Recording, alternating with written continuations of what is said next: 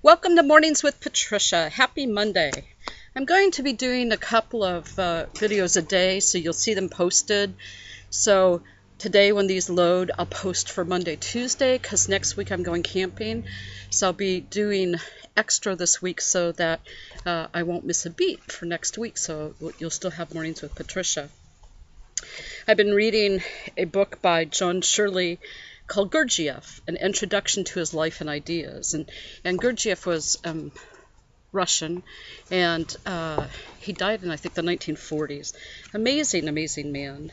And there's this one thing at the end of the book. Yes, I did go to the end of the book, but I don't read the end. I just happened to go there. Seriously, I did. I just went there.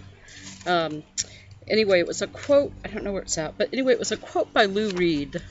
Said, I wonder what I'd see if I were to walk away from me. That made me think about who we think we are, because, Gurdjieff is all about that.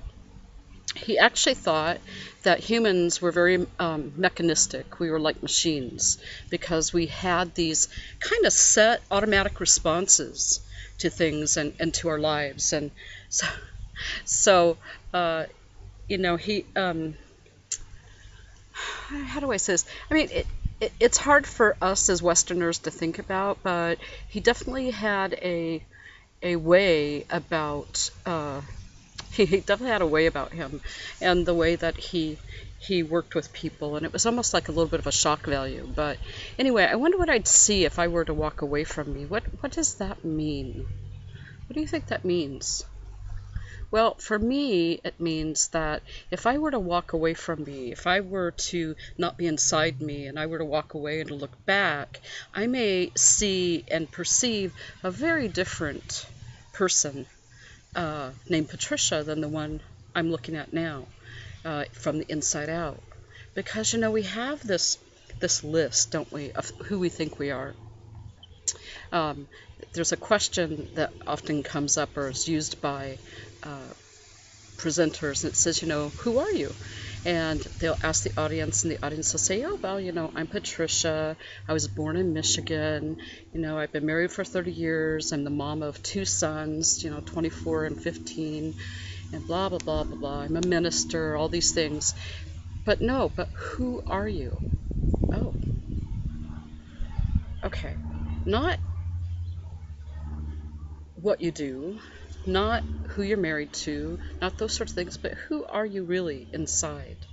And that's a question I think that a lot of us really may not take enough time to ponder.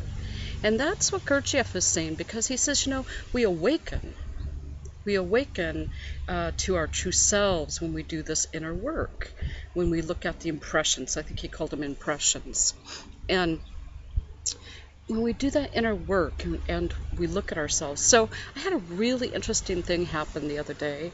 I was in meditation, and then all of a sudden there was like this, well, I grew up with the old TV where it had the little bars at the end of the program, and they stopped at 11, 12 at night.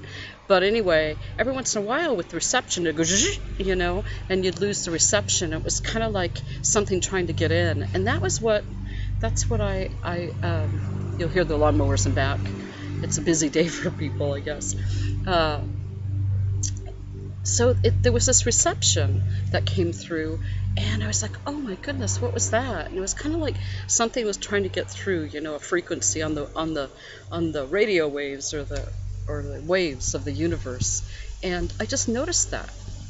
And I was outside, and I said, oh, please let something magical happen today. And I talk about the 2 doves that have been here for years, and all of a sudden there was this bah, bah, bah, and I look up in the tree, and there are the 2 doves way high up in the tree, and they're mating, and I'd never seen that before. And they were mating, and down come this lone little white feather. And I tried to track it, and I went out to look for it. Thought, oh, that was magical. I want to keep that feather. I want that feather. And I couldn't find it, which I thought was really interesting. So in my meditation, I was wondering about that. And I realized, we try to keep trophies, or we try to keep these, relics, if you will, of our extraordinary experiences.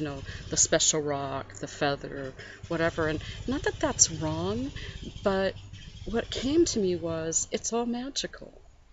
So when you set things aside like that, this is magical and that's not, or this is special and that's not, you know, uh, it's still a mechanistic response. I was kind of getting what Gurdjieff was saying. Well, I get what Gurdjieff is saying, but I really got it on that level. So what would I see if I were to walk away from me? I don't know. You know, I would see this being as I observe her that is very human, but tries, tries, to be compassionate and kind and responsive, and aware. That's what I might observe. What I wouldn't observe is Patricia's list of, things I need to improve on, right? I probably wouldn't observe that. And that's such an internal story that we keep. Things I need to improve on, things that make me less than. I wouldn't see that if I were to walk away from me. I probably wouldn't. I might see some, if I were to observe Patricia over time, I might see some characteristics and things like that. But I would have compassion. And that was the other thing that Shirley is talking about, John Shirley is talking about with Gurdjieff. Although he was kind of a very interesting and eclectic, esoteric and exoteric man, he also had an amazing amount of compassion, which is also the work. And I thought it was so interesting how everything comes together, because Gurdjieff also pulled on, just like I'm doing for the Barton class, the magical class, mystery school, he pulled on the Hindu system and Hermetics and the Egyptian system and Kabbalah. Those seem just to be like the four square root of everything. So, compassion. Observing people with compassion and not judging. I was thinking back the other day, I say, let's be compassionate. We don't need to make a commentary on everything. And then I noticed somebody making a commentary, and I was just like, I'm not going to respond to that. And I realize now that I was making a commentary, I was judging that person was making a commentary, even though I didn't really feel like I was at the time. So, refraining from speaking or making a remark on somebody else's commentary is not non-judgment, right? So I just noticed that. And that's some of that internal work, that he talks about, awakening ourselves. In his thing, he was talking about sleep, and how, we're all over in our sleep. And then we wake up and we think we're awake, but we're still responding. We're still responding pretty much automatically to the universe. The phone rings, we answer it, right? Someone knocks at the door, we answer it. Somebody says something, we say yes or no. And not that we have to take every moment to critically think of our response. Automatic response is also built in as a mechanism, for protection, an autonomic response. But taking a moment, the author was talking about, John Shirley was talking about considering this, and he was having his coffee or something, and then he realized he was really awake. He was really aware of his surroundings and his walking and, what was happening around him outside while he was having the internal stuff happening, and really aware of how his consciousness was. And then the phone rang, and within minutes he says, I was on the phone doing business. Back to my mechanistic response. So I just thought that was really interesting, really, really interesting to think about. So as you start your day, how can you be more aware? How can you be more awake? You can notice everything. And of course, again, not having to comment on everything, but notice with compassion, right? Just notice with compassion, that deep noticing without having a comment or an inner judging or anything. Just noticing with compassion. And, this is what all the great masters did. And then thinking today about who would you be, if you were to walk away from yourself? What would you look like? What would you notice? Those are some interesting things, because if you really could think about this, if you could walk away from yourself and just recognize some of the things that are happening, you might develop this amazing deep compassion for yourself. Something incredible could happen for you, right? Compassion. I'm thinking about the sad incident in Orlando, Florida, and it is so hard to have compassion for everyone involved, isn't it?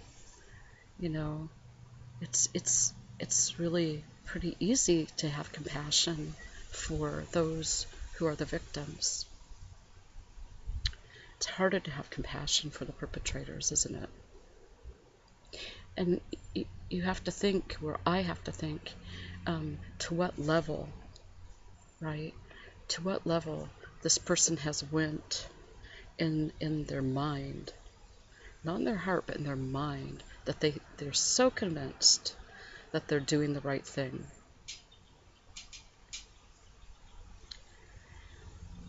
Gurdjieff talked about changing the world one person at a time. I often talk about this too. All the great masters talk about this, because we can't change anyone else. But we can change, ourselves. We can change our understanding and who we are. We change ourselves, and from there, is the ripple effect. If everybody is doing this one person at a time, the energy is different. The energy shifts and is raising. We go from,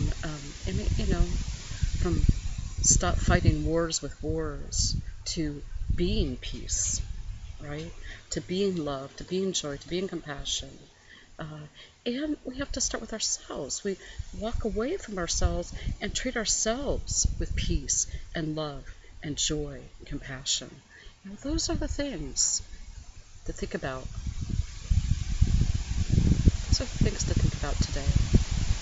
And to be grateful. To be grateful that we have this opportunity to love those around us, all of those around us. My cat's trying to drink out of my water. And to have deep, deep compassion for ourselves and others.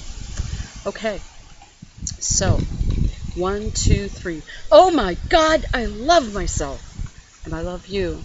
Thank you so much, and have a blessed day.